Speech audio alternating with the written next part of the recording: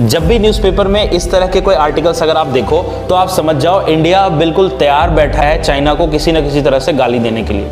हमारे अंदर अगर यही लर्निंग की एटीट्यूड हो तो आप मुझे बताओ चाइनीज इकोनॉमी से आज हम किस सेक्टर के बारे में कुछ नया नहीं सीख सकते। उसके एजुकेशन से हम कुछ सीख सकते हैं, उसके टेक्नोलॉजी से हम कुछ सीख सकते हैं, उसके डिसिप्लिन से, उसके स्पोर्ट्स के कल्चर से हम कुछ सीख सकते हैं। आप देखो चाइना के एजुकेशन के बारे में पढ़ो, इतना मजेदार पूरे क्लासरूम का ऑरा बना के रखा है। पूरे क्लासरूम में क्या कल्चर है, बच्चों को क्या मजा आता होगा, प्रैक्टिकल एप्लीकेशन का एपिटोम बना रखा है। उनके प्रोग्राम्स के बारे में पढ़ो, CT4 प्रोग्राम के बारे में पढ़ो, CT6 प्रोग्राम के बारे में पढ़ो, बैनमाफ प्रोग्राम के बारे में पढ़ो, जिंदाओ लर्निंग मॉड्यूल के बारे में पढ़ो। आपको लगेगा कि चाइना आपसे 200-300 साल बिल्कुल आगे चल रहा है। Language, normal literacy, mental maths, कुछ क्रिएटिविटी सीखनी हो, इसके लिए तो क्लास में टीचर की भी जरूरत नहीं होती।